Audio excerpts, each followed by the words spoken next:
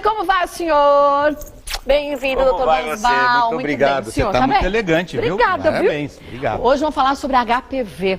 E esse é um assunto tão legal da gente abordar, porque já há um tempo a gente vem vendo que muitas mães acabam ficando um pouco sem saber se a vacina é indicada, se traz riscos, porque em alguns países algumas meninas tiveram problemas sérios de paralisia e tudo mais. Então hoje, aproveite a oportunidade que você vai saber tudo sobre HPV, vacina e tudo mais com o Dr. Basbal.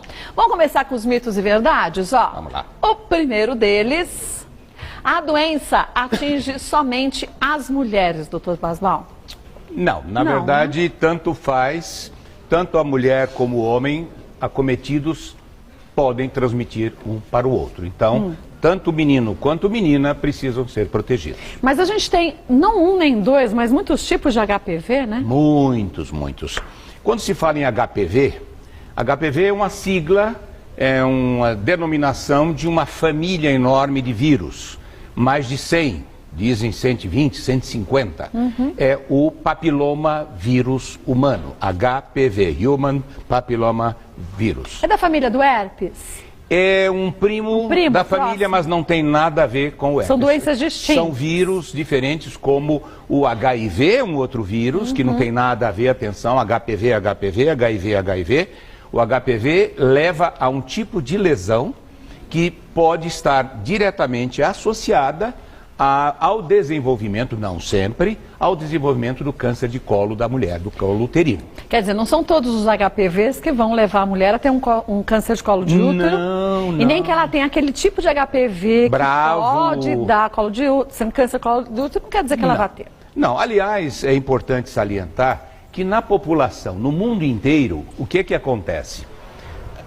Praticamente 70%, 80% das pessoas entram em contato com o vírus e podem, em algum momento, ela está com aquele vírus que vai fazer a depuração.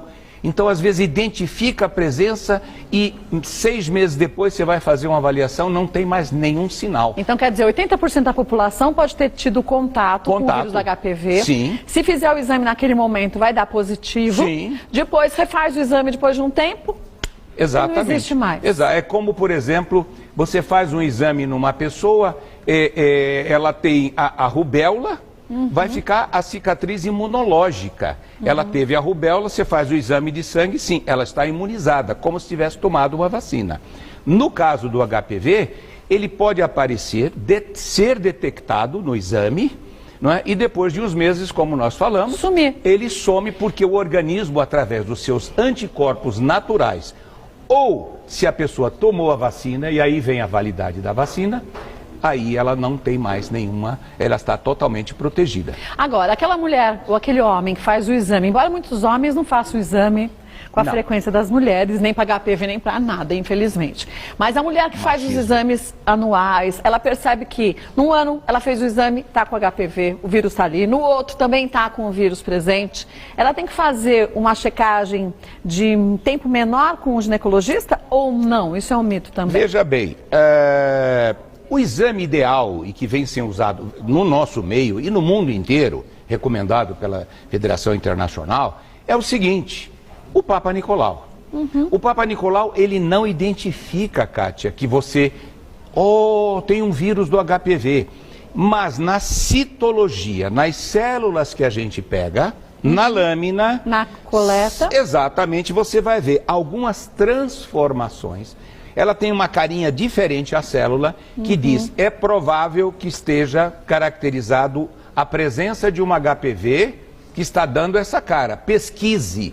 Aí você vai atrás de um exame especializado para pesquisar. Para pesquisar um exame aí sim, de análise molecular, que identifica com precisão não só a presença do vírus, mas também se esse vírus está associado ao alto risco ou o baixo risco. E aí a gente pode até falar as diferenças, porque se você entender baixo risco e alto risco, o que quer dizer isto? São alguns vírus que têm maior tendência a mulher ter câncer de colo de útero e outros não, Exatamente. né? Então, há uma família de mais ou menos uns 15 vírus que estariam mais associadas à possibilidade de desenvolvimento de transformações progressivas, e isso leva anos.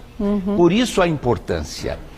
Não é que, meu Deus, estou com HPV, vou morrer de câncer. Primeiro, o percentual é assim, você vai ter mais de 95%, mesmo tendo HPV, de não vir a ter câncer.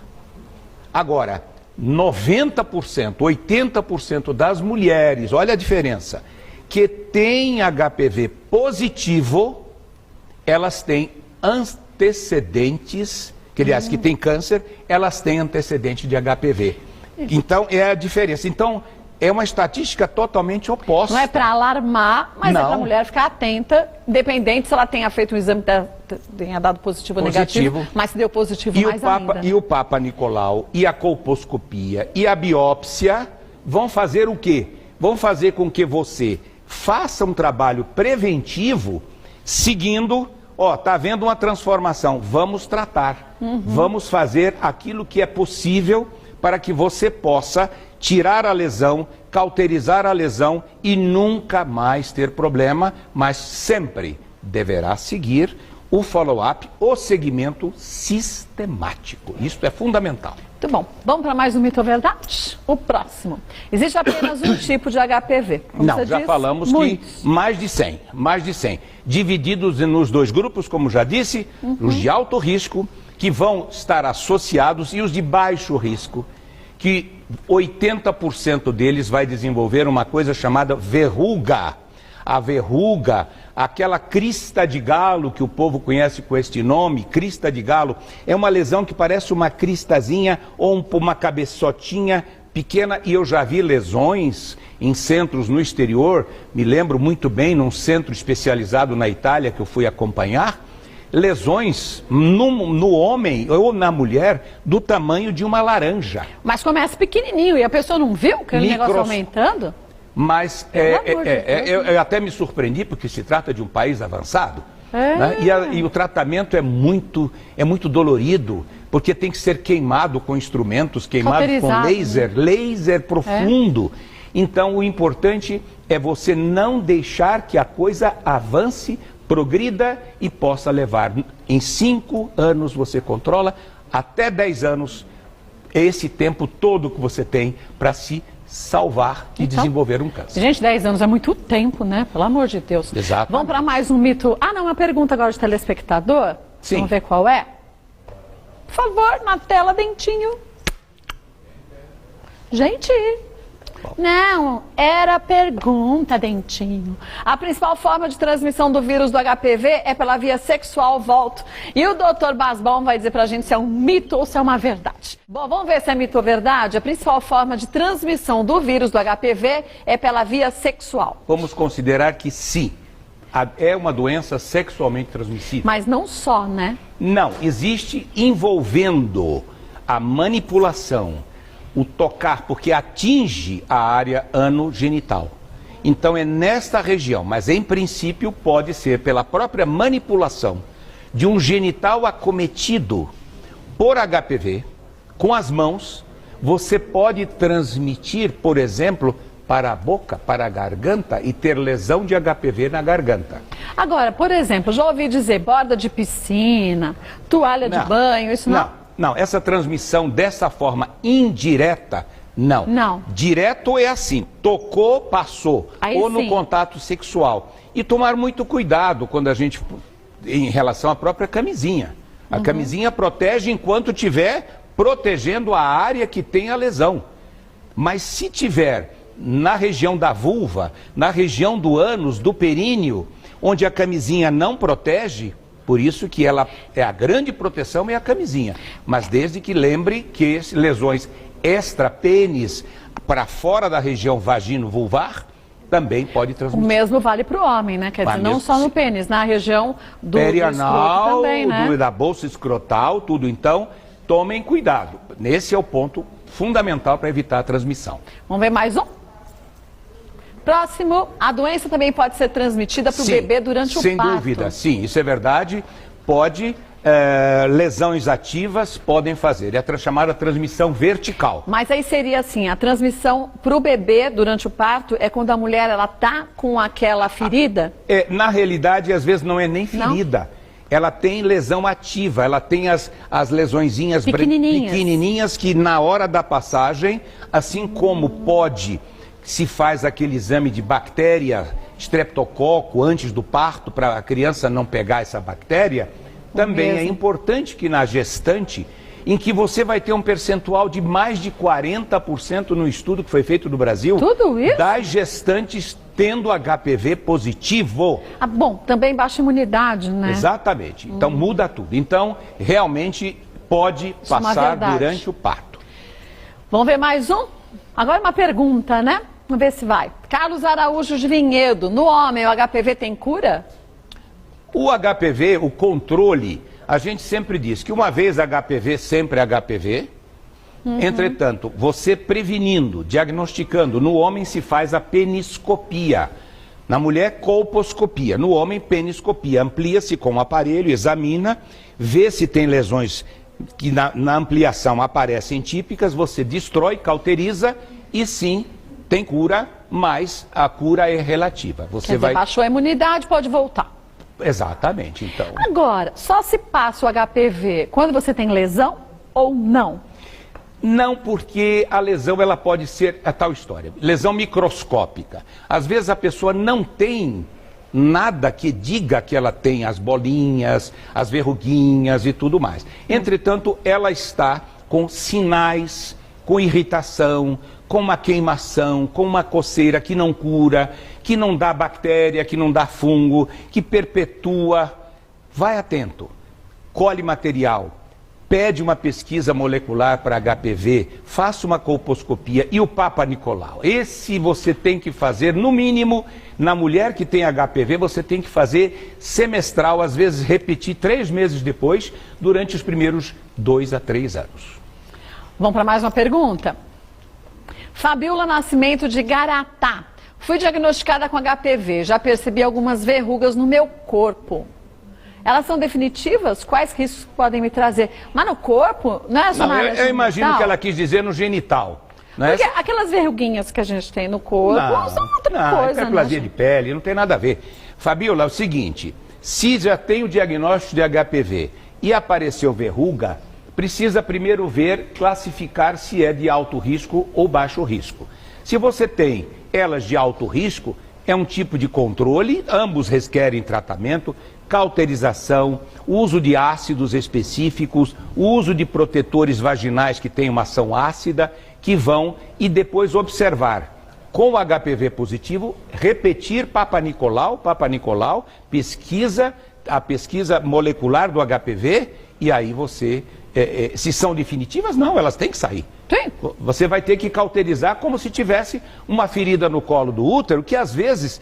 O grande problema é que quando você vai fazer a colposcopia, você já encontra transformações no colo que são pré-cânceres. Entendeu? Então, mas aí se faz a quimioterapia localizada? Você pode precisar até, primeiro, cauterizar, depende do grau. Você pode precisar fazer um cone do colo do útero, ou às vezes fazer a amputação do colo do útero, ou seja, numa agressividade crescente, dependendo do grau de comprometimento. Agora, a gente lembrar que o câncer de colo de útero, como o Dr. Basman falou, é um câncer lento. Sim. Não é de um ano para o outro que você já vai ficar apavorado, porque eu já pensei como mulher né? Começa a falar isso assim, eu vou correr para o ginecologista, eu posso estar com câncer. Se você foi no ano passado, não quer dizer que esse ano você esteja toda comprometida. Você levanta muito bem. Na verdade, é assim, o câncer de colo, ele não é lento. A transformação da ação do HPV nas lesões pré-cancerosas, que antigamente se chamava de displasia, hoje se chama de NIC, neoplasia intracervical. Ou seja, aquilo que vai agravando. Por isso que eu disse, ele vai virar câncer. Leva até 10 anos. Então, gente, até 10 anos. Não então, é pra você gente, vamos tratar isso. Não deixa isso evoluir para esse estágio. É lógico. Não é? Bom, volto. Bom, hoje o doutor Basbão está com a gente falando sobre HPV. Agora, só lembrar, né, doutor Basbão, que é importante a mulher continuar indo ao seu ginecologista pelo menos uma vez ao ano, ou conforme a indicação dele também, né? Fundamental, até porque nesses casos, de um modo geral, eu recomendo anual. A mulher diz, eu vim aqui há 3 anos. Não, você não faz muito tempo, né? Não, medicina preventiva. Hoje o Papa Nicolau é discutível em serviços públicos que você possa fazer a cada 2 anos, coisa parecida. Eu acho que quem tem o direito de assistência médica, um Papa Nicolau colhido anual, não vai pecar por excesso, não. Não. Nunca vai pecar por excesso. Quando o assunto é prevenção, não existe excesso, né? Não existe excesso. Então, prudência e caldo de galinha não faz mal a ninguém.